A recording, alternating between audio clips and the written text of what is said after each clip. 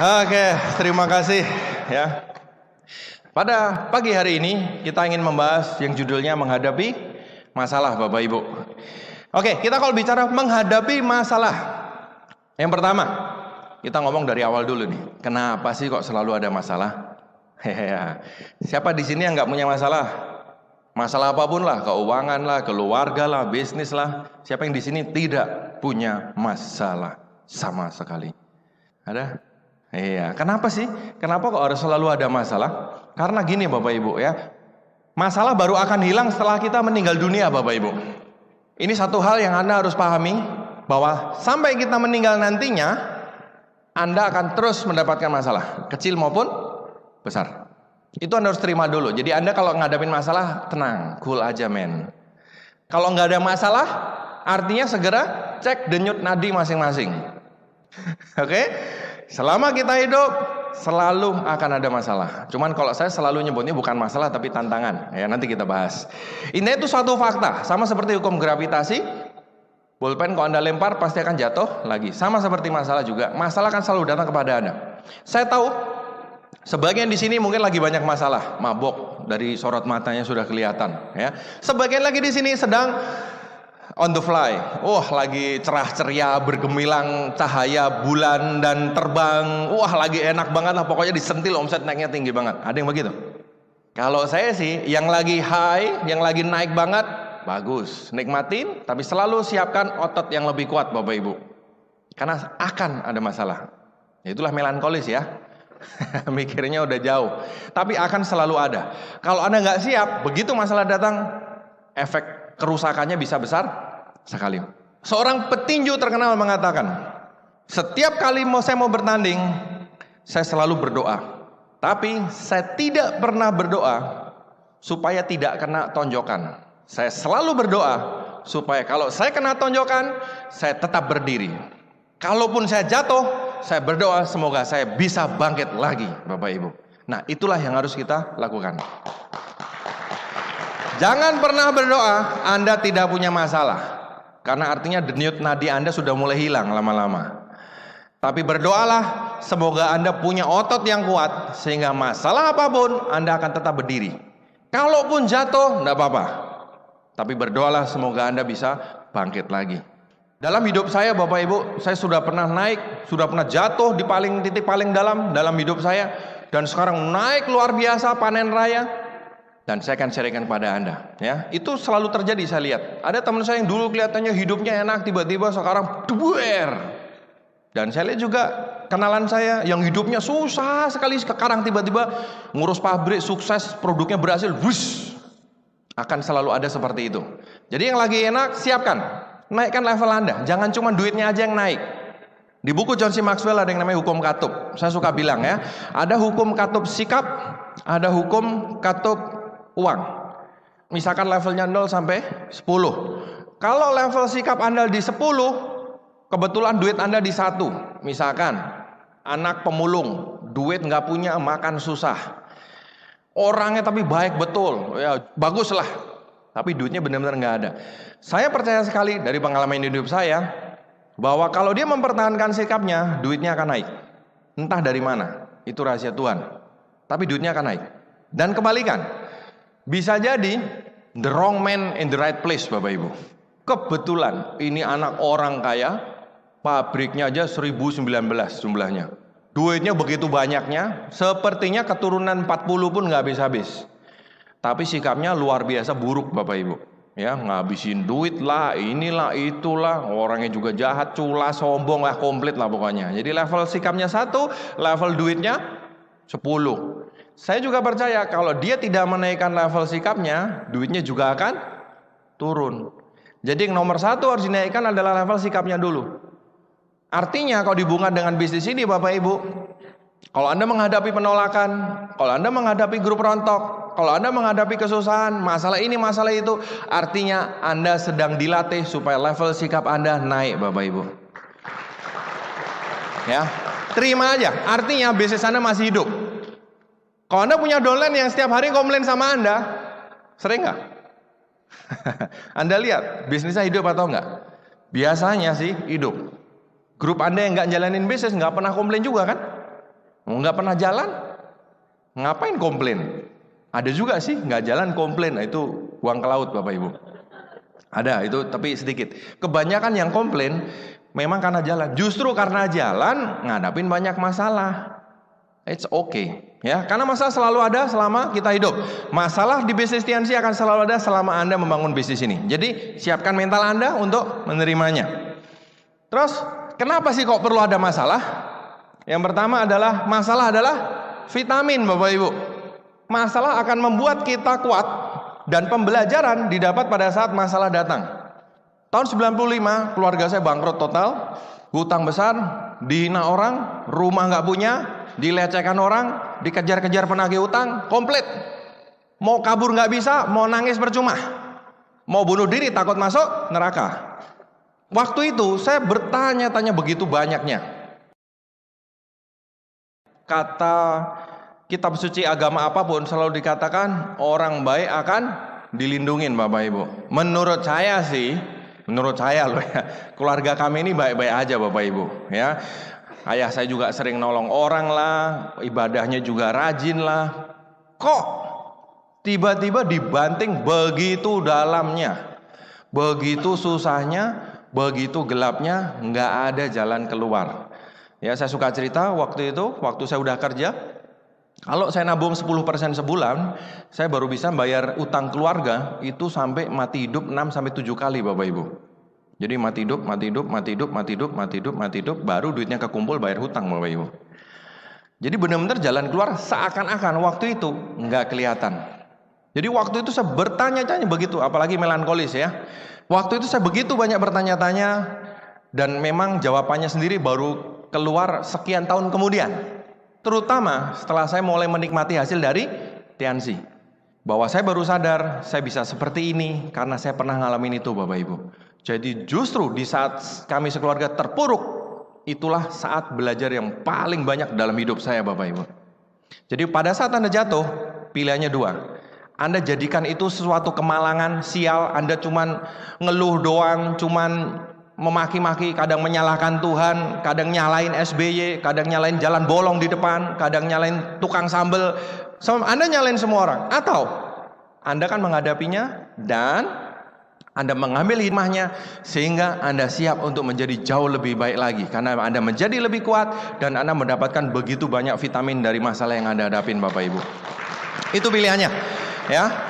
Jadi masalah adalah vitamin buat Anda, masalah akan bikin Anda kuat ya. Dan saya sudah meminjam salah satu foto leader Bapak Ibu untuk saya pajang di sini karena memang beliau kuat sekali Bapak Ibu ya. Ya. Oke ya, Anda tebak sendiri siapa ya.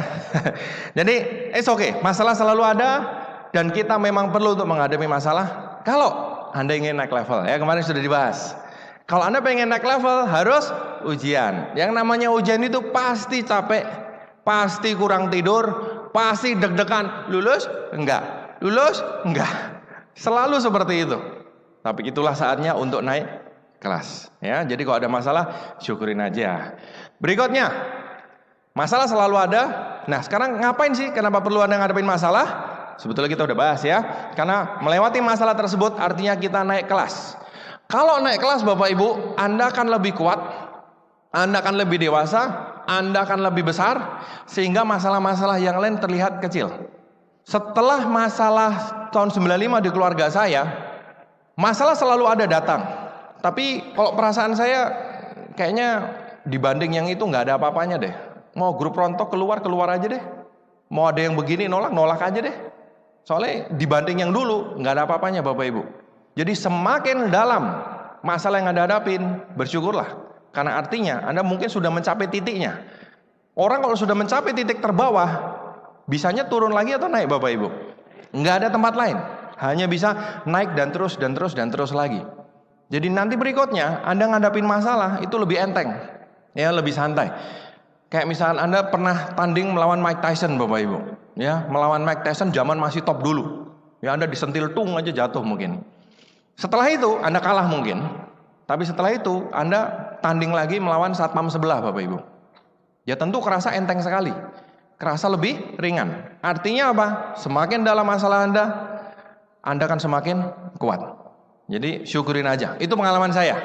Ya, jadi mau ada masalah bertubi-tubi berikutnya kayaknya ya dulu mah lebih parah gitu. Ya, dan itu ternyata jadi kebanggaan saya sekarang. Dulu mah lebih parah, cuman gini doang. Kebanggaan dalam arti, wah, saya sudah di-train zaman dulu nih, ya, urusan begini nih mah udah lewat deh pasti. Oke, jadi sekali lagi buat Anda yang lagi ada masalah, terima aja, terima aja. Anda kalau naik kelas akan enak sekali. Nah, ada beberapa pedoman umum dalam menghadapi masalah, apapun itu. Kalau di bisnis TNC, ada 3 masalah yang saya sering ketemu. Ya, yang paling banyak, yang paling besar, terjadi di mana-mana. Enggak semua orang sih, ya, tapi selalu ada aja begitu ya. Sebetulnya ada 5 kan aspek kehidupan ya, tapi dari 5 ini ada 3 juga, Bapak Ibu, yang paling kelihatan. 1, masalah keuangan. Di mana-mana saya ngelihat masalah keuangan. Saya orangnya melankolis, ya, tipe ngatur uangnya konservatif, ngaturnya aman. Ada tipe yang lain, yang tipenya ngaturnya memang lebih risk taker, ya, berani ngambil risiko. Kalau saya kebalikan. Saya kasih contoh, misalkan banyak orang bilang gaya Pak Naga dengan gaya Pak Louis, Bapak Ibu, ya. Kalau gaya Pak Louis, beliau tipenya tipe memang risk taker, beda tipe Bapak Ibu, ya. Mana yang lebih bagus? Tergantung Anda tipe yang mana. Kalau tipe Pak Louis yang saya amatin adalah beliau mampunya segini, dia akan ngambil segini. Ini kita bicara secara umum. Karena saya udah berapa kali tanya, beliau cerita, saya orangnya kalau ngambil segini, berarti dia harus bayar segini, betul nggak? Nah, saya akan terdorong untuk menyelesaikan ini. Saya menjadi lebih semangat, lebih nafsu untuk mengejar lebih lanjut. Oke, bagus. Selama bisa mengikuti komitmennya. Nah, masalahnya banyak orang itu ngikutin Pak Louis, ininya doang, kerjanya enggak. Nah, itu yang repot. Pengennya sih naik, Pak, tapi kerjanya enggak ngikutin. Lah, amburadul semuanya. Kalau saya tipenya kebalik. Ini kita sedikit ngomong keuangan. Saya tipenya kebalik. Saya disuruh seperti Pak Louis, nggak bisa tidur, Bapak Ibu. Apalagi keluarga saya pernah utang 12 tahun. Saya nggak bisa tidur. Saya tipenya tipe aman. Bisanya di sini, saya hidupnya di sini. Tapi saya tetap maju, gitu. Saya juga ngejar diamond, ngejar director dan seterusnya. Nah, jeleknya tipe seperti saya adalah suka nyaman. Mampunya di sini, hidupnya di sini. Selisihnya banyak. Ini mah ditabung, jadi tanah, jadi apa? Banyak, Bapak Ibu. Tipe aman, ya. Tapi jeleknya karena nyaman, nggak maju-maju. Jadi PR seperti saya adalah gimana untuk majuin. Kalau PR yang tipe seperti Pak Louis, gimana Anda ngejar. Nah, Anda boleh pilih tipenya yang mana, Bapak Ibu. Dan saya sudah sering sekali melihat penghasilan tambah besar, hidupnya tambah gak karuan. Nah, kemarin Pak Gede Permai juga bagus sekali, bahwa uang harus mendatangkan kebahagiaan. Buat apa kalau nggak mendatangkan kebahagiaan? Itu juga prinsip saya, ya. Karena kebahagiaan nggak bisa dibeli kadang-kadang. Oke, duit siapa yang nggak mau duit sih? Maulah, gila, ya. Tetap mau dong. Tapi saya lebih kepengen kebahagiaan. Makanya kepengennya apa? Muda foya-foya, tua kaya raya, mati masuk surga. Kepengennya kan gitu, Bapak Ibu. Jadi kebahagiaan yang kita kejar itu soal uang, ya. Jadi Anda mengaturnya harus benar. Terus yang kedua adalah soal keluarga. Waktu miskin makan sepiring berdua, begitu duit banyak lempar-lemparan piring. Berdoanya pengen sukses, baru dikasih bonus sedikit aja hidupnya udah nggak karuan. Kira-kira nih si babe di atas ini yang ngeliatin sedih nggak, Bapak Ibu? Kalau sedih dia ngasih duitnya lebih banyak nggak? Anda punya anak, dia minta duit, Anda kasih sedikit. Anda kasih sedikit aja duit hidupnya nggak karuan.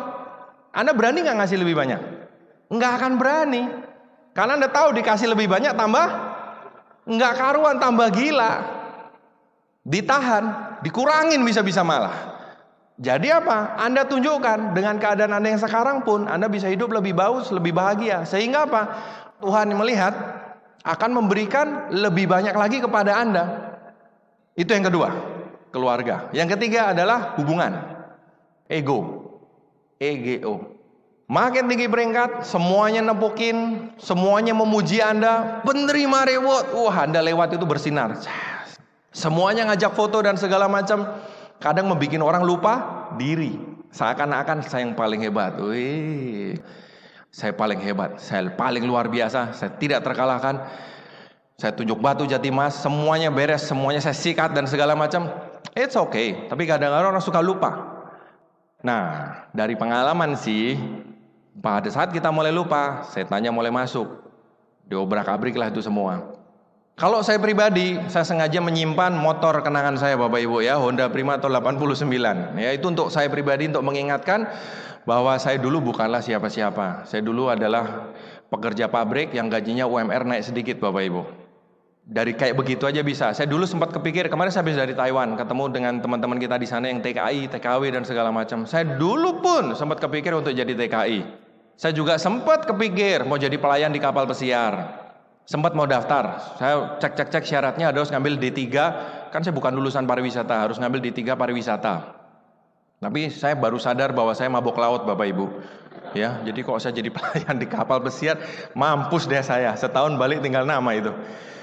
Jadi dulu saya kepikir, ya mungkin saya akan melakukan semua hal, yang penting halal. Ya, saya nggak mau disuruh ngerampok bank, suruh dagang narkoba, saya nggak mau. Ada yang teman saya nawarin, gimana jual narkoba katanya.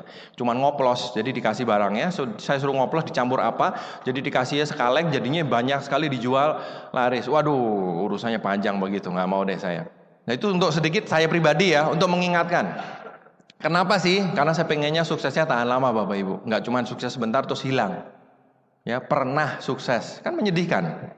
Kebayang nggak sudah tua ngumpulin cucunya, ngumpulin gitu. Cucu, kakekmu ini dulu sebetulnya pernah sukses. Kan menyedihkan sekali gitu loh. Mencicipi sebentar dan hilang, tidak kembali lagi Bapak Ibu. Sayangnya banyak yang seperti itu.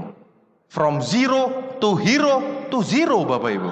Lah kan terus ngapain dulunya from hero to zero? Kan berjuang itu kan susah.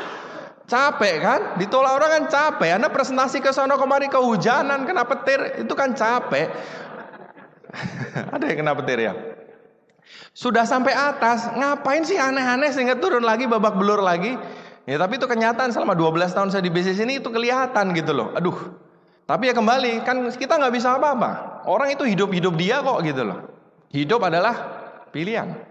Tapi satu pilihan efeknya bisa besar sekali Bapak Ibu bedanya. Bumi sama langit. Yang saya sering ketemu masalah ya adalah soal hubungan. Aplen dolen ribut. Dia dulu diajak ngomong gampang. Sekarang gengsinya men. Aduh ya. Jadi hati-hati Bapak Ibu. Pede bagus. Tapi tinggi hati nggak bagus ya. Sombong tidak bagus. Semakin di atas anginnya kan makin besar. Ya, waktu dulu Anda masih pohon toge, nggak ada yang melihat. Tapi Anda sudah menjadi pohon mangga besar, anginnya makin besar, semua orang makin ngelihat Bapak Ibu. Mungkin seorang pemilik pabrik, keputusan dia untuk misalkan ekspansi, konvensional kan gitu, ekspansi, buka pabrik di sono gitu. Satu keputusan yang salah bisa bikin bangkrut seluruh perusahaan Bapak Ibu. Semakin tinggi nanti Anda peringkat, semakin harus berpikir langkah apa. Jangan cuma main emosi, karena kalau kita udah bicara ego, itu kita bicara emosi. Ya, orang banyak hancur karena emosi. Emosi dimainin, antara marah, kadang-kadang emosi itu apa? Tamak, greedy. Saya juga ngalamin ya. Nanti saya ceritain lebih banyak. Tapi intinya itu 3 hal, soal keuangan, soal keluarga, soal hubungan. Nah, Anda lihat kalau Anda punya masalah itu coba dibenerin dulu. Dibenerin dulu. Dengan keadaan yang sekarang dibenerin. Sehingga apa? Berkatnya supaya lebih banyak dibuka gitu loh. Kalau sekarang aja udah ruwet, aduh, itu berkat kok dibuka gimana? Oh, bonus 10 juta aja udah gak karuan hidupnya. Ya kira-kira lama deh nyampe 100 gitu. Mau dikasih 100 juga deg-degan yang ngasih malah. Ya. Oke, jadi ini pedoman umum menghadapi masalah. Yang pertama, orang gagal selalu mengumpulkan masalah-masalah kecil sehingga menjadi besar. Senangannya begitu. Ada masalah kecil dibesar-besarkan. Masalah itu selalu kelihatan besar. Nggak ada masalah selalu kelihatan ada masalah. Itu biasanya orang gagal. Makanya nggak pernah maju-maju. Apapun selalu dilihat masalahnya Bapak Ibu. Lah kapan mau majunya? Batu segede kerikil bisa kelihatan segede gajah. Orang sukses kebalikan. Orang sukses ada masalah besar dipecah-pecah jadi masalah kecil. Masalah kecil dibuang. Jadi segala sesuatu itu tergantung sudut pandang. Semua tergantung sikap. Besar atau kecil itu relatif. Berapa kali saya ketemu orang selalu bilang begini, Pak, kayaknya masalah saya adalah masalah terbesar yang pernah ada. Anda orang kesekian puluh yang ngomong gitu sama saya loh. Kenapa semua orang mengklaim bahwa masalahnya paling berat? Tidak ada Bapak Ibu. Masalah Anda hanya akan berat kalau Anda bilang itu berat. Anda sendiri yang menentukan. Kalau Anda bilang nggak berat, ya nggak akan berat. Jadi masalah gede dipecah-pecah. Masalah kecil segera diselesaikan. Ya, kalau komputer Anda ngadat, ambil palu dihancurkan. Gitu, itu contohnya. Jadi hindari menumpuk masalah, selesaikanlah segera. Saya kalau terima SMS, terima email, terima macam-macam kan banyak tuh, downline tanya ini tanya itu. Sebisa mungkin saya akan cari waktu untuk segera balasin. Kenapa? Saya tidak mau menjadi penghambat Bapak Ibu. Ada grup nanya, kalau saya nggak jawab, mungkin dia masih nunggu jawabannya. Kalau dia masih nunggu, bisnisnya berhenti. Buat saya rugi. Kenapa nggak saya jawab sebentar? Dengan saya jawab sebentar, dia dapat jawabannya, dia jalan. Kadang-kadang saya jawab lewat upline-nya supaya terjadi duplikasi. Jadi masalah-masalah kecil beresin semua, bersihin semua. Jangan ditumpuk, terutama yang sangun-sanguin. Itu bukan ditumpuk, lupa soalnya. Ya, bukan ditumpuk tapi kelupaan Bapak Ibu ya. Kalau kelupaan Anda bisa catat di HP atau gimana. Pokoknya masalah kecil kalau bisa beresin dulu. Yang nggak bisa selesai, ya udah diterima aja. Mau gimana lagi? Beresin sehingga cepat selesai masalah sehingga kita bisa maju ke depan. Kalau enggak, orang atau grup Anda akan fokus ke masalahnya Bapak Ibu. Yang dilihat masalahnya itu lagi, yang didiskusikan masalah itu lagi. Terus kapan mau majunya, kapan mau presentasinya? Kok yang dilihat masalah ini terus? Nah ini, Pak, tapi saya nggak cuma dapat masalah Pak, saya dapat badai Pak. Nah kadang-kadang terjadi Bapak Ibu ya. Masalahnya segitu besarnya, datang dengan petir menyambar-nyambar, langit gelap gulita, bumi goncang-ganjing, ya langit kelap-kelip. Datang menghajar Anda habis-habisan. Kadang-kadang itu terjadi. Itu apa namanya? Mau naik sekolah Bapak Ibu. Ya, kalau ujian biasa itu dari kelas 4 ke kelas 5, kelas 5 ke kelas 6. Kalau ujian besar itu Heptanas. Sekarang apa namanya? UN, namanya UN. Tapi intinya kalau badai datang, apa yang harus dilakukan? Nah, ini pengalaman saya Bapak Ibu. Dalam hidup saya ada beberapa kali badai sudah singgah. Ya, saya sedikit sharingkan pada Anda. Karena ya paling tidak saya masih hidup Bapak Ibu ya, jadi selamat-selamat aja sampai sekarang. Nah saya sharingkan kepada Anda karena ya cepat atau lambat saya lihat Anda pasti ngalamin. Saya bukan mendoakan sih, tapi kayaknya pasti ngalamin kok. Semua mesti ngalamin, semua leader di depan ini pasti ngalamin. Kelihatannya aja enggak cengar-cengir Bapak Ibu. Tapi sebetulnya di belakang itu sudah ototnya kuat-kuat semua. Mau yang gede seperti Pak Ulung atau seperti Pak Asibuan, itu kok dilihat ototnya, apalagi Pak Rizky Bapak Ibu. Jadi ototnya udah kuat-kuat semua ngadepin masalah Bapak Ibu ya. Dan di antara Anda semua, saya yakin-yakinnya yang punya masalah terbanyak adalah semua leader yang ada di depan ini. Tapi karena mereka masalahnya paling banyak, penghasilannya tentu juga paling besar, passive income-nya juga paling besar, asetnya juga paling besar Bapak Ibu. Jadi ya adil deh. Justru kalau Anda sekarang lagi ngadepin masalah yang begini begitu, terima. Itu buat latihan supaya ototnya gede. Jangan karbitan Bapak Ibu. Karbitan itu zret hilang ya. Nanti cuman pernah terkenal doang. Jangan cuman pernah terkenal Bapak Ibu. Waktu Anda sukses, sukseslah dengan matang. Ya, Anda presentasi harus ngelewatin ditinggal orang. Ditinggal tidur, udah ngalamin belum? Ditinggal pergi, udah belum? Diusir, udah belum? Digigit anjing, udah belum? Ya makanya jangan presentasi anjing Bapak Ibu, yang dipresentasi orang. Ya. Ceritanya kan beda-beda. Itulah menariknya bisnis ini. Ceritanya beda-beda. Saya sudah 12 tahun di bisnis ini. Dan kemarin ke Taiwan, bantuin grup di Taiwan Bapak Ibu. Itu aja saya mendapat pengalaman baru. Presentasi pakai telepon. Nggak ada orangnya. Ngomong sama HP depan saya laptop Bapak Ibu. Lucu banget. Jadi teleponnya tuh di konferensi ratusan orang. Kok bisa begitu? Saya juga bingung. Ya, jadi di konferensi ratusan orang, ada MC-nya juga. Mari kita sambut Bapak Naga Soekara, orangnya mana gitu. Nggak ada. Jadi saya ngoceh sendiri. Jadi Bapak Ibu mengenai aset begini-begini, Anda bintang 3, kebayang nggak jelasin bintang 3, sponsor bintang 3 nggak pakai gambar. Ya, jadi sedikit harus improvisasi. Tapi itu pengalaman baru, kebayang nggak? Saya sudah 12-13 tahun, hampir 13 tahun di bisnis ini, selalu dapat pengalaman baru, menarik. Makanya Anda semua akan punya pengalaman masing-masing. Oleh karena itu, kita semua menunggu Anda untuk melewati tantangan Anda sehingga Anda sharing di depan di VS. Ceritanya soalnya asik-asik pasti. Nggak akan ada yang ceritanya, ya saya kemarin presentasi, join semua, ya saya sekarang go lion, saya juga bingung kok bisa go lion. Nggak ada Bapak Ibu. Pasti ceritanya penuh dengan struggle, penuh dengan perjuangan, ya penuh dengan itu yang membuat menarik. Itu yang bikin menarik. Jadi cerita Anda itu menarik. Semakin pahit yang Anda makan, semakin menarik. Sama seperti zaman dulu di ospek. Masuk kuliah di ospek dulu, di pelonco dulu. Apa sekarang namanya? Orientasi. Namanya gonta-ganti sama aja sih sebetulnya. Ya, digojlok gitu loh. Kalau zaman saya dulu, waktu ngalamin di ospek itu Bapak Ibu, di pelonco itu, sebel nggak yang pernah ngalamin ini? Sebel kan? Dulu yang brutal-brutal Bapak Ibu, disuruh makan kertas, disuruh squat jam, disuruh nulis 1000 alasan kenapa masuk ke Unpar katanya. 1000 alasan.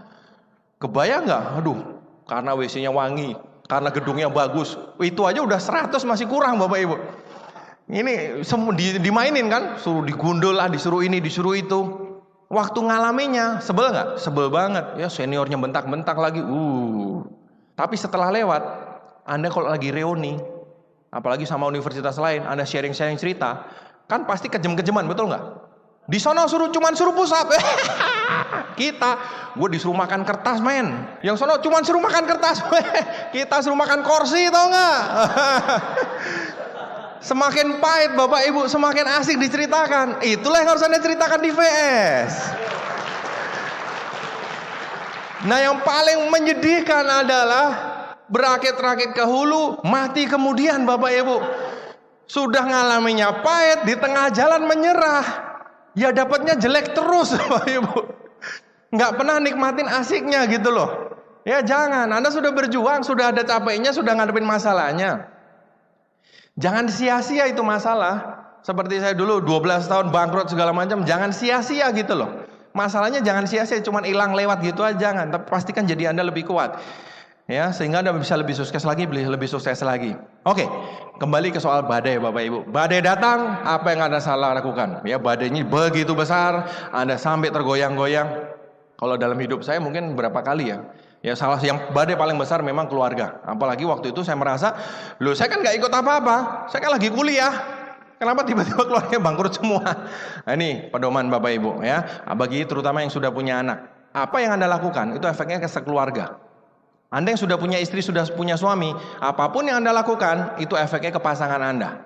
Anda yang sudah punya anak, apapun yang Anda lakukan efeknya ke keluarga Anda. Artinya apa? Lakukan yang terbaik. Jangan egois ya. Sudah punya pasukan ini. Oke? Nah, waktu badai datang itu buat saya pribadi itu badai terbesar ya, dan untuk pulihnya pun 12 tahun Bapak Ibu ya. Kalau di film kan gampang, 12 tahun kemudian gitu kan.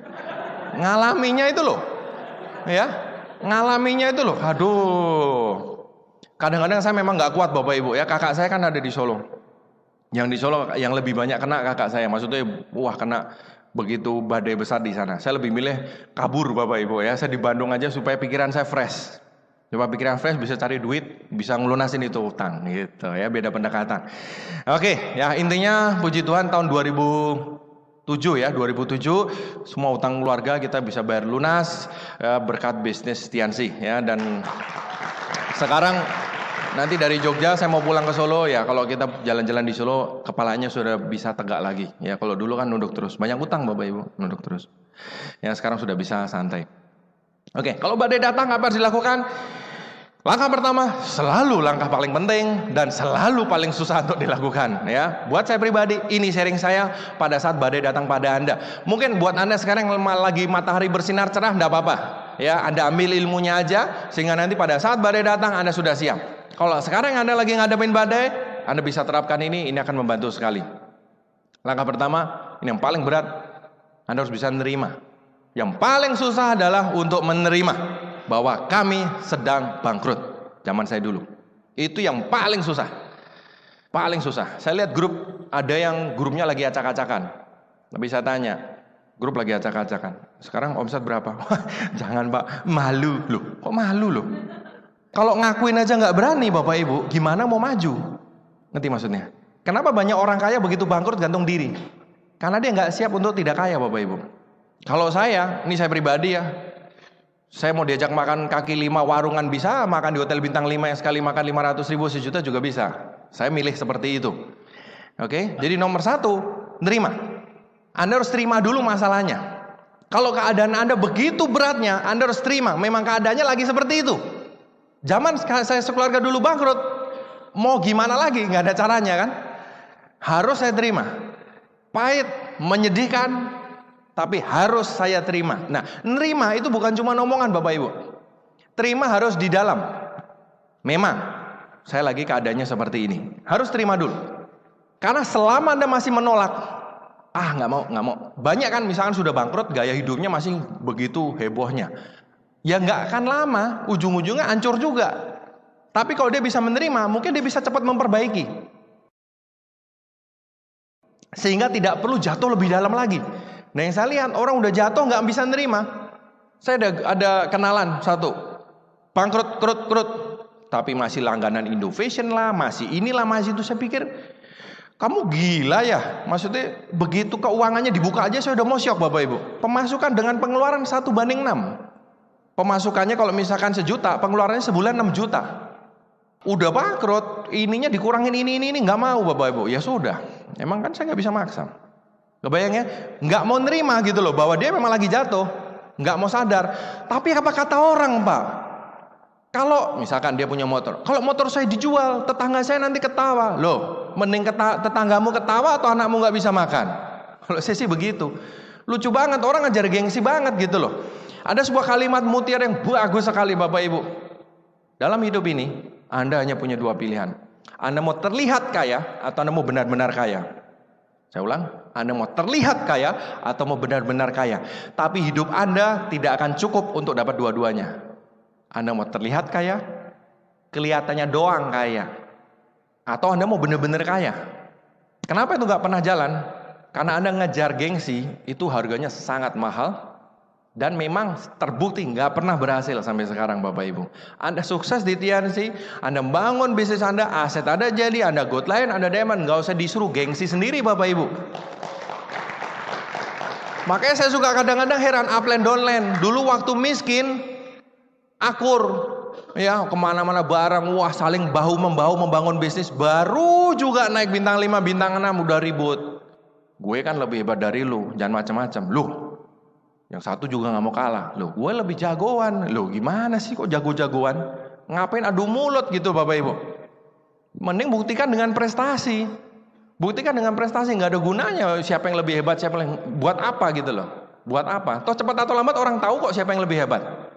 Jadi nomor 1, kembali ke sini, terima dulu. Ada masalah apapun, terima dulu. Selama Anda nggak bisa terima, selama Anda menolak, itu kan dari dalam. Selama Anda menolak, seluruh badan Anda bereaksinya salah.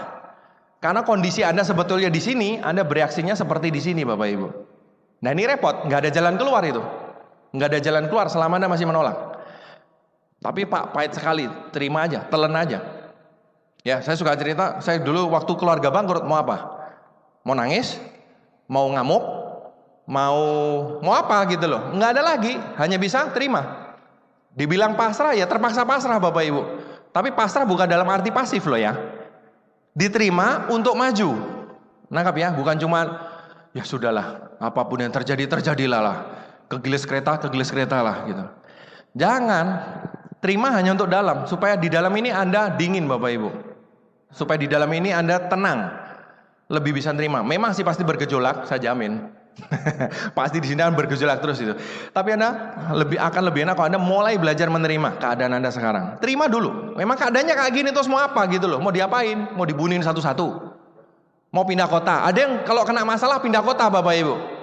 Pindah negara sekalian. Saya waktu itu pernah konsultasi dengan pastor saya kan Katolik Bapak Ibu ya. Waktu itu saya kena masalah berat juga. Saya ngobrol. Saya pengen pindah aja dari Bandung deh. Dia bilang satu hal yang bagus sekali. Loh, kamu mau pindah kemanapun, percuma. Kenapa? Karena masalah sebetulnya ada di dalam. Jadi lu mau lari kemanapun, masalahnya di situ. Mau ke Amerika kek, mau ke Bali kek, mau ke Papua, ya itu lo bawa sendiri terus kemana-mana. Nggak akan pernah hilang kalau nggak Anda selesaikan. Ada tipe yang kayak gitu, ada masalah dikit kabur. Ada, saya punya teman kayak gitu, kena masalah kabur. Karena dia pikir kok saya kabur, masalah selesai. Enggak Bapak Ibu, itu akan ngejar Anda terus. Dan satu hal, Anda belajar untuk kabur. Iya, Anda belajar untuk kabur. Ada masalah dikit kabur gitu. Terima aja. Terima, bersyukurlah. Dari pengalaman saya, doa akan sangat membantu. Kedekatan Anda dengan Yang Maha Kuasa akan sangat sekali membantu. Sangat sekali membantu. Ya, Anda akan bisa lebih damai, lebih tenang segala macam. Tapi nomor 1 terima dulu. Karena kalau nggak di dalam ini bergejolak terus nih. Nah, gejolak ini yang bikin kepala Anda nggak bisa jernih. Kepala Anda isinya emosi semua. Dan orang kalau sudah emosi, tindakannya ngawur. Ya, kebetulan Akhir-akhir ini saya ada salah satu teman juga lagi masalah berat sekali juga. Teman dekat, jadi ya sedikit kita ngerti ya. Ya sama, wah emosinya begitu tingginya Bapak Ibu. Jadi ada masalah, terima dulu. Ya, yang sanguin bisa nangkep nggak ini? Ya, kalau yang sanguin ya terima aja ya, pokoknya rame asik gitu. Karena menurut saya ini bisa jadi pedoman untuk ke depan Anda Bapak Ibu. Karena sanguin ini paling enak. Anda harus belajar ke sanguin. Ini efek badai begini, yang paling berat siapa yang kena? Melankolis. Anda harus belajar untuk menjadi seperti plekmatis dan sanguin. Ya, sanguin itu santai, ketawa melulu, ada apapun hehehe, badai pun hehehe. Ya, kapal mau tenggelam hehehe. Itu yang saya pelajari loh. Saya belajar Bapak Ibu, kok bisa ya? Ini orang hehehe melulu. Itu saya belajar Bapak Ibu. Otomatis termasuk joget. Soalnya katanya waktu itu siapa ya, Robert Kiyosaki atau siapa, didatengin satu orang. Saya pengen sukses. Betul-betul siap untuk sukses. Orangnya gondrong gitu. Terus dia bilang, oke, Anda siap sukses? Iya, wah saya siap luar dalam untuk sukses. Apapun yang Anda katakan, saya akan lakukan. Wih, oke, langkah pertama, potong rambut. Dia kaget, potong rambut, gile apa? Ini kan saya udah piara dari dulu ini, gak apa hubungannya orang mau sukses sama potong rambut, ya? Dan dia bilang, wah ini guru gak bener nih, udahlah dia pulang. Nah, terus ada yang lain nanya, loh, itu orang mau sukses, kenapa Anda minta potong rambut? Jawabannya begini. Merubah dalam itu yang paling susah. Merubah luar itu yang paling gampang. Lah dia merubah luar aja nggak mau. Gimana caranya mau merubah dalam Bapak Ibu? Artinya apa? Melankolis? Belajar joget. Ini luar yang berubah. Coba tes sekarang. Saya perlu waktu agak lama juga Bapak Ibu ya. Terus terang sebagai melankolis saya malu sekali Bapak Ibu ya. Kalau mau dites siapa yang melankolis, musik diputar, kursinya dijajarin di pinggir. Tolong yang sanguin nggak usah disuruh ngumpul di tengah. Lihat aja melankolis di pinggir semua pasti nanti. Nah udah yang di pinggir dijaringin semua itu pasti melankolis Bapak Ibu. Ya, masalah yang paling berat tuh biasanya melankolis ya. Sanguin itu enak banget Bapak Ibu. Aduh, saya belajar terus loh ya. Saya ngeliatin teman-teman yang sanguin gitu ya. Ketawa melulu, kok bisa ya gitu loh. Jadi saya pun belajar ke Donlen Bapak Ibu ya. Donlen saya sanguin. Saya dulu belajar nyetir mobil juga sama Donlen. Saya nggak bisa nyetir mobil. Ya, jadi saya pinjam mobil ya. Udah, dia ngajarin itu gas rem, naik gunung, turun gunung dan segala macam. Itu sanguin. Plekmatis juga penting untuk ngadepin badai seperti ini. Kalau sanguin itu kan fleksibel dan cerianya. Kalau plekmatis itu nerimanya biasanya. Plekmatis kan diapa-apain nerimo Bapak Ibu. Ya ditendang nerimo, dipukul nerimo, teh atau kopi terserah. Apapun dikasih ho gitu loh. Jeleknya memang untuk maju kadang-kadang susah. Ya karena apa-apa nerimo aja, susah nerimo, sukses juga nerimo. Ya, melarat juga nerimo, apa-apa nerimo pokoknya. Apa-apa diterima. Ya, majunya kan susah. Tapi satu poin penting dari plekmatis. Dia ada masalah pun, itu kayaknya damai, aman, tentram gitu loh. Kok bisa ya? Saya juga ngapain gitu. Ini orang plekmatis kok bisa ya? Ada badai begini kok senyum ya, santai aja. Kok bisa ya? Apa ilmunya ini? Itu saya pelajarin Bapak Ibu. Itu yang harus dipelajarin buat para melankolisers. Buat para melankolisers. Soalnya melankolis itu sekali masuk, itu kadang untuk buangnya lama Bapak Ibu. Ya, kalau koleris beda ya. Badai apapun diterjang semua Bapak Ibu. Badainya dimaki-maki malahan. Itu kan koleris. Badai datang dilawan habis-habisan gitu. Kalau melankolis itu kadang-kadang sekali masuk gitu ya, itu keluarnya susah sekali. Saya sudah sadar saya melankolis, sudah sadar suka kadang-kadang masuk, sudah diblokin Bapak Ibu, sudah belajar sanguin kan, masuk iya, masuk cukup, tarik keluar, buang. Tapi kadang-kadang tarik nggak mau Bapak Ibu, 3 hari nggak bisa tidur. Melankolis, mau berubah juga cetakannya melankolis Bapak Ibu. Ya apa boleh itu harus saya terima, saya orangnya melankolis, tapi saya belajar terus. Gimana ya supaya bisa ngadepinnya? Ya nerimanya ini loh ya. Jadi belajarlah untuk para melankolis, belajarlah untuk plekmatis dan juga sanguin. Waktu ngadapin masalah itu selalu santai dan bisa gerak maju gitu. Makanya 4 sifat itu sebetulnya bagus-bagus semua. Anda ambil positifnya semua. Oke, jadi terima. Dan ingat bahwa akan ada anugerah yang besar sekali di balik ini semua Bapak Ibu. Itu nomor 1 terima. Dengan terima Anda akan lebih aman di sini, dibantu dengan doa, mungkin meditasi. Saya nggak biasa meditasi sih. Meditasi pegel semua baru sebentar. Kalau nggak begitu ketiduran biasanya. Ya, tapi apapun metode Anda, cobalah terima ya, dan terima itu kan di sini dan di sini. Dengan Anda bisa nerima, Anda bisa berpikir jernih. Itu dulu. Ya, selama Anda masih nolak, nggak mau terima, Anda nggak akan bisa maju. Karena Anda masih terikat dengan masalah itu, dengan badai itu. Dengan Anda terima, lebih aman, baru Anda bisa maju ke step berikutnya. Ya, jadi nomor 1, terima dulu. Pak, tapi kemarin saya salah langkah Pak, babak belur habis-habisan. Ya sudah, terima aja. Karena dengan Anda menerima, kita bisa memperbaiki. Kalau orang nggak bisa nerima, udah hancur-hancuran ditinggal Bapak Ibu. Lebih hancur-hancuran lagi kan? Orang salah biasa. Saya selalu begitu. Orang salah biasa. Siapa di sini nggak pernah salah Bapak Ibu? Nggak ada. Orang salah biasa. Yang penting jangan diterusin kan gitu. Saya selalu pedomannya apapun begitu. Yang penting jangan diterusin. Selama masih niatnya baik, diajak ngomong bisa. Ayo kita maju bareng-bareng kan begitu.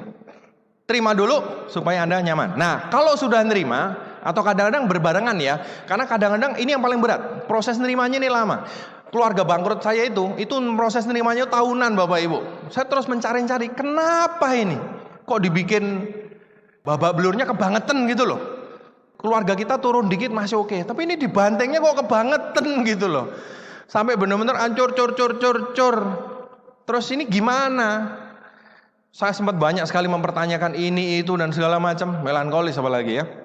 Tapi setelah bisa nerima sekian tahun, lebih aman untuk melakukan langkah kedua. Langkah kedua apa? Kalau Anda sudah terima, yang kedua adalah cari pemecahan terbaik dari kondisi yang ada. Pak, lagi hancur-hancuran. Ya sudah, emang keadaannya kan kayak gitu. Dari keadaan seperti itu, coba pikirin. Apa langkah terbaik yang bisa dilakukan? Wah, sebetulnya Pak, kalau keadaannya nggak seperti ini, jangan ngomong begitu. Keadaannya sudah seperti itu kok. Diterima aja. Emang udah gitu. Kayak dulu kita keluarga bangkrut, ya sudah terima aja bangkrut, mau apa men? Kok ada orang bilang, bangkrut banyak utang. Apakah saya marah? Saya pernah di SMS loh. Dasar lu ngomong aja, hutang bayar dulu. Mau ngamuk? Ngapain? Emang banyak utang, betul nggak? Makanya saya suka heran. Si A ngutangin si B. Si A nagih si B-nya marah. Loh kok bisa ya? Buat saya nggak masuk akal. Yang hutang siapa, yang marah siapa? Bener kan? Ya buat yang utang, kalau Anda utang begitu kecil aja Anda nggak ada niat bayar, gimana Anda mau sukses kan gitu? Dari keadaan yang ada, cari pemecahan terbaik. Jadi Anda terima dulu, keadaannya memang seperti ini. Pak, grup saya lagi hancur berantakan. Oke, ya sudah keadaannya kayak gini. Mana yang tersisa? Gambar grup. Oh, malu Pak. Lu kok malu? Mau maju nggak? Jangan malu, gambar yang ada. Gambar Pak. Bulat. Udah Pak. Hah? Tinggal ini? Iya Pak. Oh, masih satu lagi Pak. Bulat. Udah Pak, ini pun setengah-setengah. Oke, dari sini kita baru bisa bicara ke depannya gimana. Lah kalau gambar aja enggak terus gimana? Terima dulu dong kalau saya ya. Bukan berarti kita nerima terus nggak ngapa-ngapain, enggak. Justru ini kita terima mau maju. Tapi kalian nggak akan bisa maju kalau nggak bisa nerima. Oke, keadaannya kayak apa? Kayak gini, blak. Oke, nah sekarang dari keadaan seperti ini cuma 3 orang nih. Apa yang bisa kita lakukan untuk maju? Cari pemecahan terbaik. Apa yang harus dilakukan? Kita mau bikin VS di kota ini. Lu 3an mau bikin VS. 1 MC, 1 yang ngomong, 1 yang tepuk tangan. Nah itu contoh. Jadi mending lihat keadaannya, disesuaikan dengan keadaan yang ada. Seberapapun hancur Anda, tetap pikirin, pasti ada jalan keluar. Itu pedoman saya ngadepin masalah. Pasti ada jalan keluar. Pikirin, apa yang bisa dilakukan dengan keadaan Anda sekarang. Kembali ke saya waktu keluarga bangkrut dulu. Keluarga bangkrut, duit nggak punya, bisa ngelanjutin kuliah aja udah syukur, dibantu saudara. Apa yang bisa saya lakukan? Saya harus terima dulu. Saya terima emang keluarga kita bangkrut, so what? Lu mau menghina kita? Ya terima yang banyak utang. Mau ngamuk? Percuma, utang nggak lunas. Daripada ngamuk, mending saya cari jalan keluar. Apa jalan keluarnya? Saya harus kuliah sebagus-bagusnya, saya lulus cari duit sebanyak-banyaknya. Saya cari cek gaji orang berapa segala macam, shock sendiri kemudian. Ya dengan nabung sekian, kok lama sekali ini bayar utangnya. Tapi paling tidak itu yang bisa saya lakukan. Terus mau apa? Mau merenung di kos, stres segala macam, nggak ada guna. Itu orang nggak bisa nerima, belum bisa nerima. Kalau yang sudah bisa terima, pikirin jalan keluarnya apa. Mungkin belum kelihatan jalan keluarnya. Anda kebayang waktu dulu zaman saya itu tahun 95-96 itu kayak masuk terowongan, nggak ada jalan keluarnya, bapak ibu hitam semua gitu. Ini ujungnya mana? Nggak kelihatan. Mau jalan kayaknya percuma. Mau lari, nggak ada cahayanya juga. Mau ngapain? Ya udah jalan aja sebisanya. Jadi waktu itu contohnya saya ya, yang bisa saya lakukan adalah saya akan kerja keras, udah. Kerja sekeras-kerasnya, ngumpulin duit, itu yang bisa saya lakukan. Terima, cari jalan terbaik. Ya, jalan terbaik, kuliah sebagus-bagusnya, kemudian cari duit. Nah, itu saya ya. Nah, Anda bisa aplikasikan di masalah Anda. Kira-kira dengan apa yang ada ini, terima dulu, kemudian apa kira-kira yang bisa Anda lakukan? Apakah Anda mau memperbesar masalah? Atau Anda mau menyelesaikannya? Nah, kalau diperlukan, Anda perlu konsultasi dengan orang yang lebih ngerti mengenai masalah Anda. Misalkan soal keuangan, konsultasi yang lebih ngerti. Masalah keluarga, konsultasi yang lebih ngerti. Upline dolan ribut, coba ngobrol dengan upline Anda. Ya, dengan siapa tahu mereka bisa ngasih masukan yang Anda nggak kebayang sebelumnya. Cari pemecahan, cari dulu pemecahan apa yang terbaik. Kemudian langkah ketiga, lakukan dengan sabar. Banyak orang kepengennya, udah dong, masalah selesai dong, udah mulai lagi deh gitu. Mulai dari nol, enak aja. Saya 12 tahun men. Kadang-kadang nggak bisa Bapak Ibu. Dan dari pengalaman saya, 3 masalah ini, yang tadi itu keuangan, keluarga, dan hubungan, itu juga nggak jadi dalam waktu sehari Bapak Ibu. Itu biasanya bibitnya udah dari dulu. Terus dipupuk ke bawah tapi. Bukan dipupuk membaik, dipupuknya ke bawah. Contoh keuangan, nggak bisa orang dalam waktu sehari tiba-tiba bangkrut, biasanya jarang sekali. Bodoh sekali tiba-tiba seluruh kekayaan dimasukin ke undian gitu misalkan. Tapi kebanyakan adalah dari gaya hidup. Tambah hancur. Wah, udah parah baru sadar dia. Tapi proses ini pun kadang-kadang bisa 2 tahun, 5 tahun loh Bapak Ibu. Jadi, kalau prosesnya masuknya begitu panjang, termasuk juga misalkan suami istri. Ledakan terjadi, itu prosesnya juga panjang. Nggak mungkin sekali jadi langsung ribut besar, biasanya nggak, terus saja. Jadi kadang-kadang untuk memperbaikinya juga perlu waktu, sabar. Ya saya aja 12 tahun tahan Bapak Ibu masih hidup kok. Ya, jadi Anda kalau belum 12 tahun ya sabar-sabar aja lah. Oke, lakukan dengan sabar karena segala sesuatu perlu prosesnya. Ya, terima aja. Yang penting Anda bergerak maju. Contoh tadi Anda di terowongan Bapak Ibu, nggak ngerti ujungnya sampai mana, hitam semua, nggak ada cahaya. Tapi yang saya tahu adalah waktu setelah saya lulus saya kerja. Saya kerja di pabrik, gaji saya UMR. Mau nabung sampai jenggotan juga nggak akan bisa lunas. Kemudian hari Sabtu saya ngajar. Kemudian malamnya saya bikin program. Udah mentok, habis waktunya. 3 kerjaan, habis. Saya kalau tidur jam 11, jam 12, bangun pagi masuk pabrik, udah habis, waktunya udah habis. Itu yang bisa saya lakukan. Paling tidak saya merasa saya melangkah ke depan. Tapi entah sampai kapan. Ada satu hal. Saya waktu itu selalu percaya bahwa kalau manusia mau berusaha, Tuhan pasti membukakan jalan Bapak Ibu. Itu satu hal yang saya selalu percaya. Cuman kadang nggak kepikiran kapan ini selesai. Tapi itu merasa ada perbaikan. Duitnya saya tabung. Wah, ngelihat buku tabungan itu, wih gila, sudah 10 juta men. Dibanding utangnya, jauh banget. Tapi paling enggak tabungannya kan naik. Bulan depan sudah 11 juta, 12 juta. Jadi ada improvement, kecil nggak apa-apa. Yang penting kan saya maju. Daripada mundur, daripada diem. Mau ngapain? Ya majulah. Yang penting Anda maju. Ada perbaikan sedikit aja, artinya hari ini lebih bagus daripada hari kemarin. Itu udah lebih bagus, artinya Anda melangkah maju. Terusin aja. Siapa tahu 3 langkah berikutnya sinarnya akan kebuka di sana. Kita nggak pernah tahu. Ya, pokoknya lakukan, tapi dengan sabar aja. Ini kalau kita simpulkan ya 3 ini aja. Anda terima, ngomongnya gampang Pak. Memang saya tahu ngomongnya gampang, ngalaminnya susah. Saya tahu saya 12 tahun ngalamin ini. Tapi yang nggak ada jalan keluar, instan malah nggak bagus. Contoh, orang yang masalah keuangan berat, dibantu saudaranya, dia datang nangis-nangis ke saudaranya, dibantu dengan dana, jeder langsung lunas. Apa yang dia pelajarin? Kalau punya masalah, belajarlah nangis. Tiba-tiba dibantu dengan instan begitu. Dari pengalaman nih, dia nggak belajar untuk memperbaiki diri. Yang dia belajar adalah kalau ada masalah tinggal minta. Kalau kemarin nangis 1 ember gue dikasih, nanti gue siap nangis 2 ember. Kalau nggak dikasih nangis 3 ember, masa nggak dikasih sih?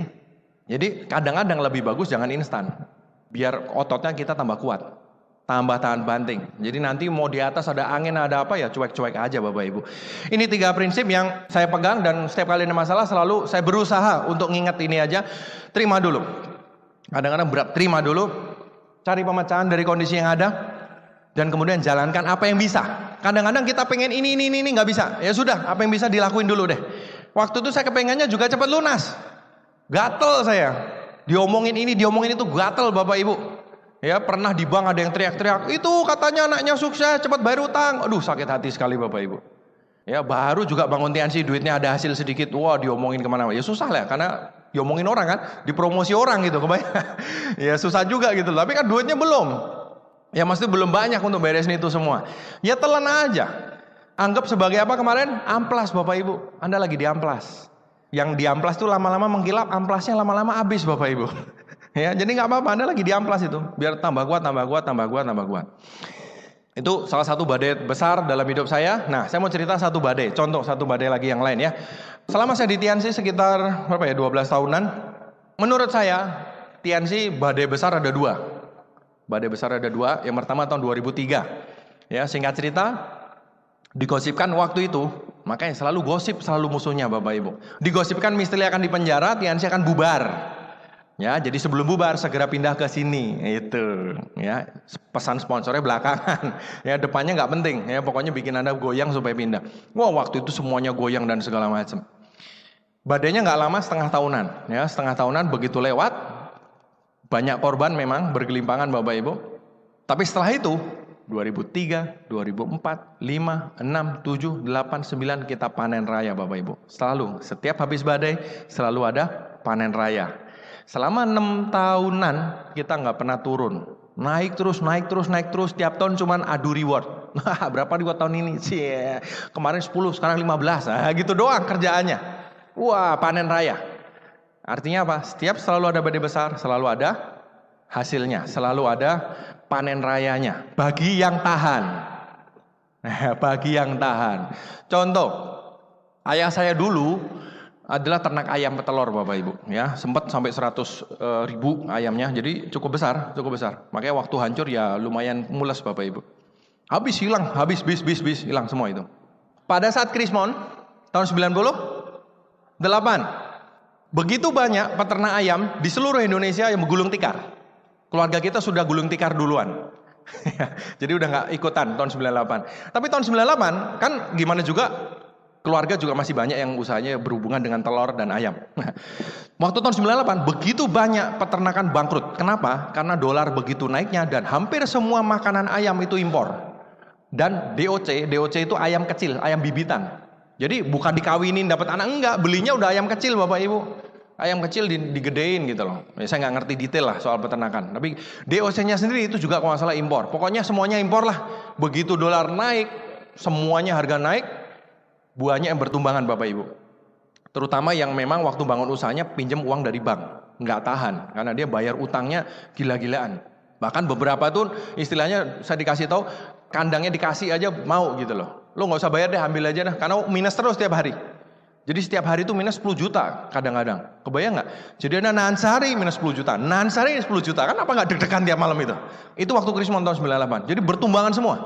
Daripada minus terus tutup gitu. Tapi yang bertahan Bapak Ibu cuma beberapa glider, dan setelah masanya lewat harga telur naiknya luar biasa, dan yang tinggal itu panen raya bergila-gilaan. Jadi selalu sama, setiap badai selalu ada korban. Tapi bagi yang tahan selalu panen raya Bapak Ibu. Ya, keuntungannya berlipat-lipat setelah itu. Nah, kemudian kita udah lama nggak ada badai, kangen juga ya. Jangan gitu. Ya, mulai pada kangen badai, ngumpulin masalah sendiri-sendiri. Nah, mulai meledaknya tahun 2010. Nggak tanggung-tanggung, badainya nggak satu. Sebetulnya skala badainya menurut saya lebih kecil daripada 2003. Tapi kali ini beruntun. Ya, variasi lain dong. Kan biar hidup lebih hidup gitu loh. Dulu satu gede, sekarang lebih kecil tapi dua. Yes, gitu. Bahkan ada yang kena 3 kemarin ya. Namanya orang, kemarin dulu siapa ya? Misteli itu siapa pernah cerita? Perusahaan kalau kecil, grup kalau kecil musuh dari luar. Grup atau perusahaan kalau besar musuh dari dalam.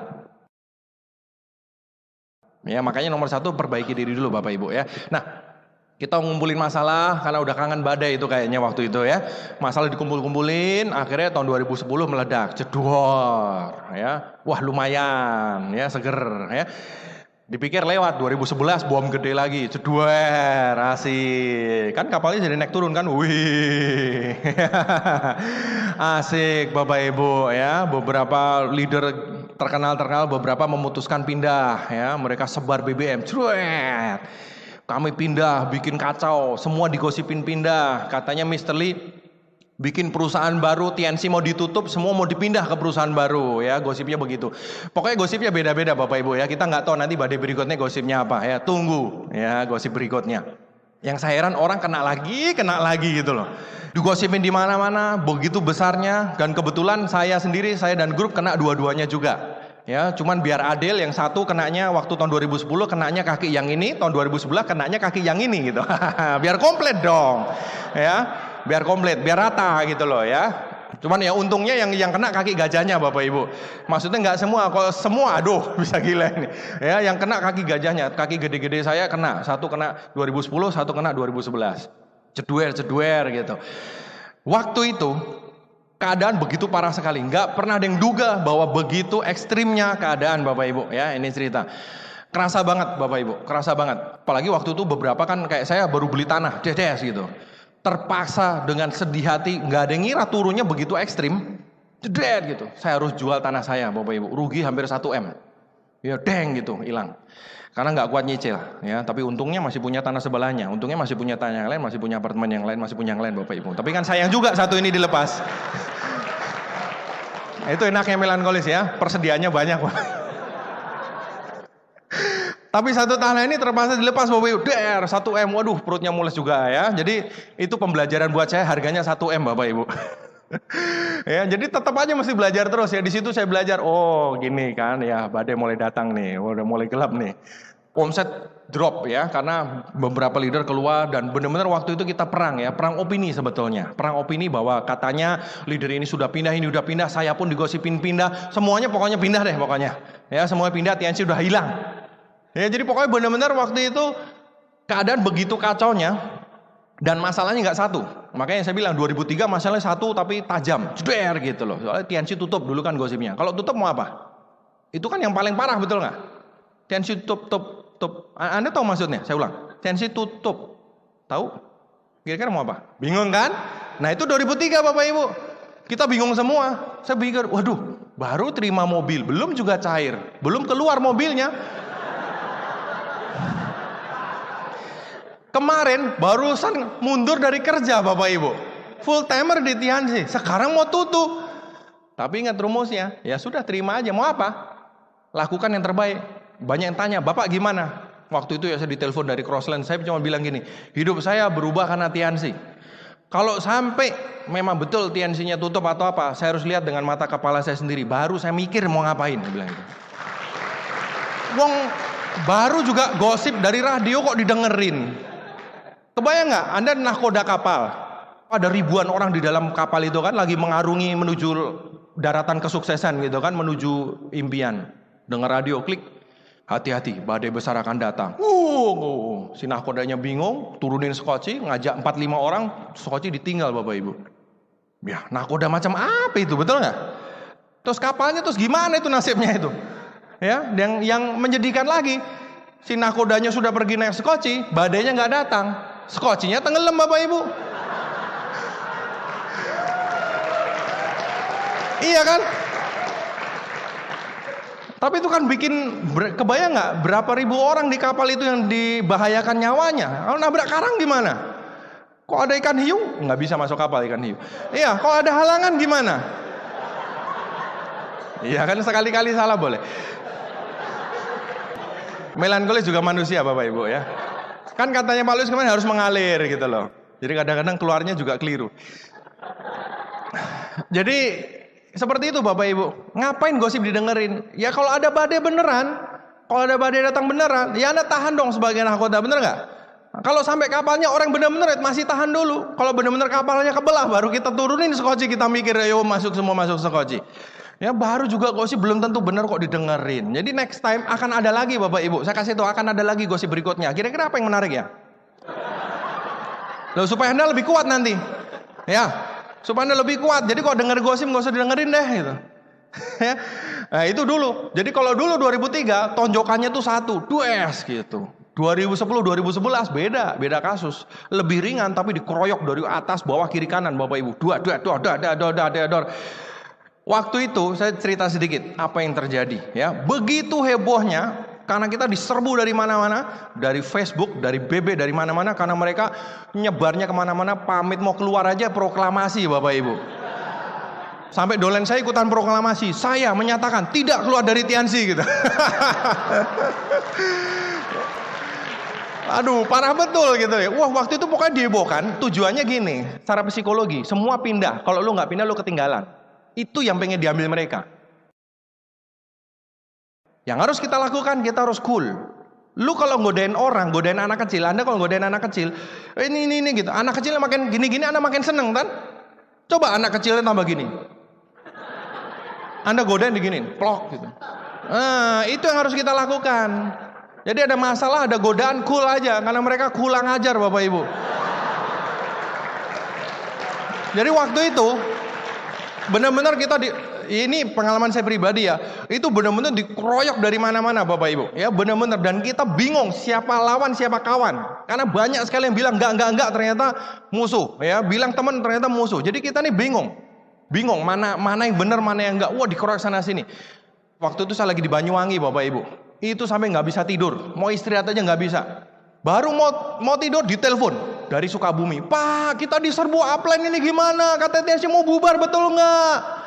Saya jelasin lagi setengah jam sejam. Udah selesai. Baru mau masuk kring dari Aceh. Pak, ini mana? Baru mau selesai kring lagi dari Bali. Dari Mataram, dari Kalimantan, dari Manado, dari mana? Gile. Soalnya hampir ada, sedikit cerita, hampir ada sekitar 20 titik upline hilang semua langsung ke saya Bapak Ibu. Dari satu kaki ini. Kebayang nggak? Masih mending kalau ngurusinnya bantunya Silver Lion, Gold Lion, Bronze Lion. Lah ini ada bintang 5. Masih baru imut-imut keluar. Upline-nya bilang Tianxi mau hancur, dia nggak terima, cari telepon saya. Telepon segala macam. Jadi yang komplain ini bawah Bapak Ibu. Jadi saya diminta oleh grup untuk bantu. Banyak orang bilang, wah Pak Naga itu ke bawah untuk ngobrak-ngabrik menjelekkan nama kami. Loh, bukan menjelekkan, itu yang minta grupmu sendiri tahu. Yang nggak terima tuh dolennya, yang ngamuk-ngamuk. Ini banyak ini yang waktu dulu telepon saya di sini. Ya. Jadi benar-benar dikeroyok Bapak Ibu. Waduh, telepon. Wah, harus jelasin. Saya sampai mikir apa saya rekam aja ya, keluarin netpi gitu kan, dengerin masing-masing sana. Terus apa? Saya akhirnya keliling Indonesia ya. Ada mungkin hampir 2-3 bulan saya keliling Indonesia. Semuanya saya datengin karena waktu itu perang opini. Buat saya kalau lampu udah merah nggak bisa cuma lewat telepon Bapak Ibu. Karena itu udah lampu merah. Karena ini perang Bapak Ibu. Mereka juga gerilya kemana-mana. Ngomong Tianxi mau bubar, mau gini ya.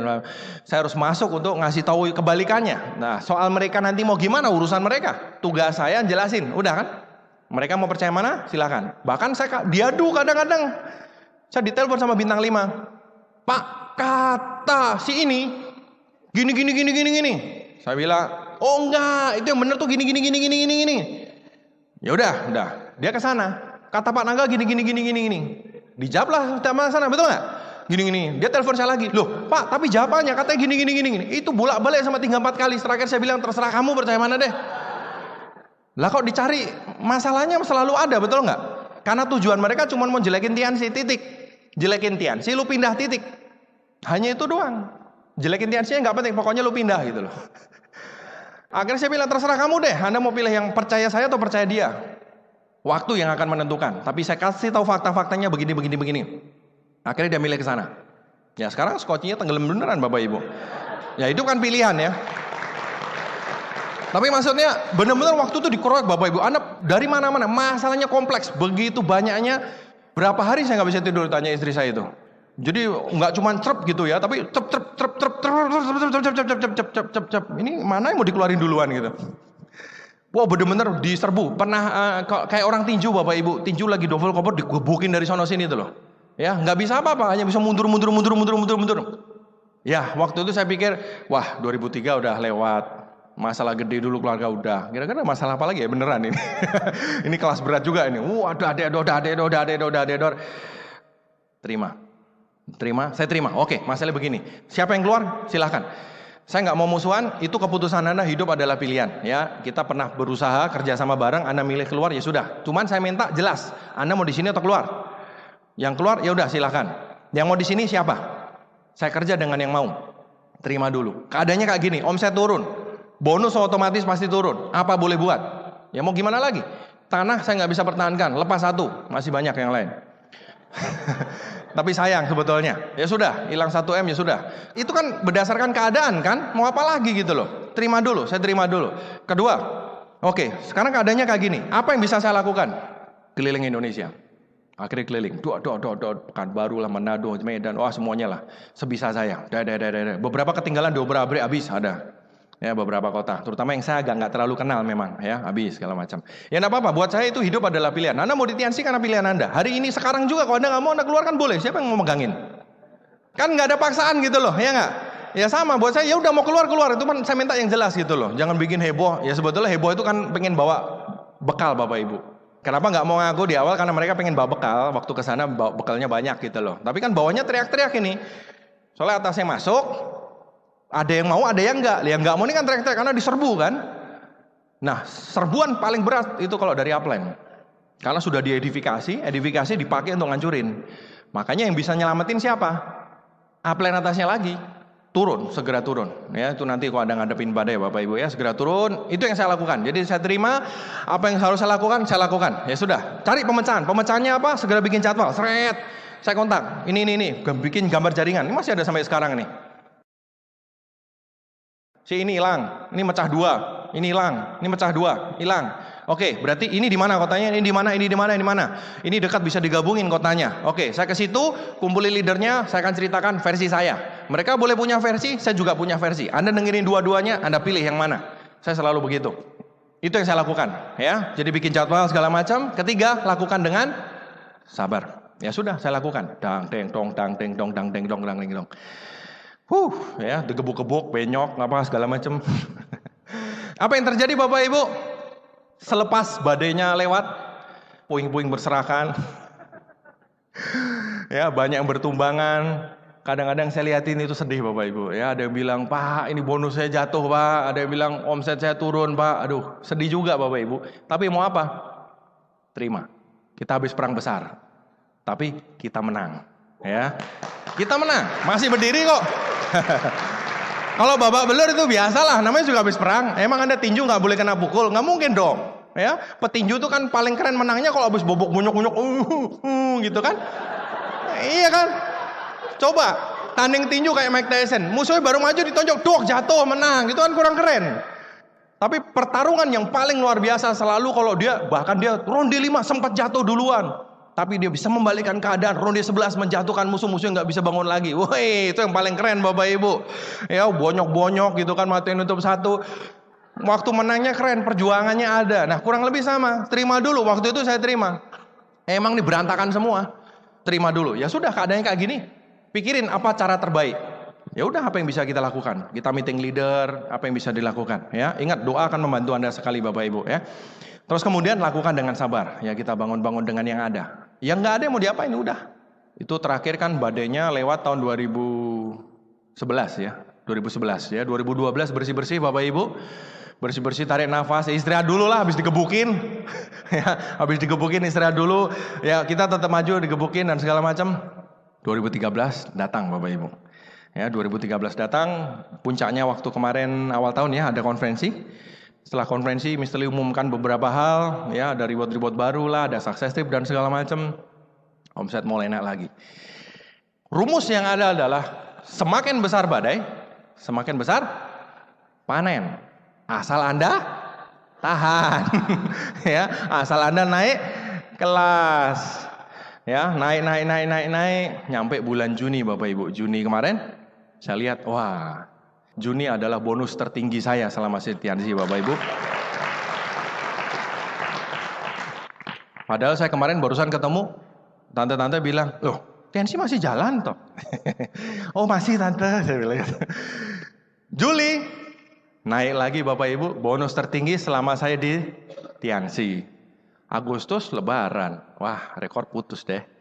Ternyata sekali-kalinya seumur-umur di TNC selama lebaran, omset naik, bonus juga naik lagi, pecah rekor Bapak Ibu.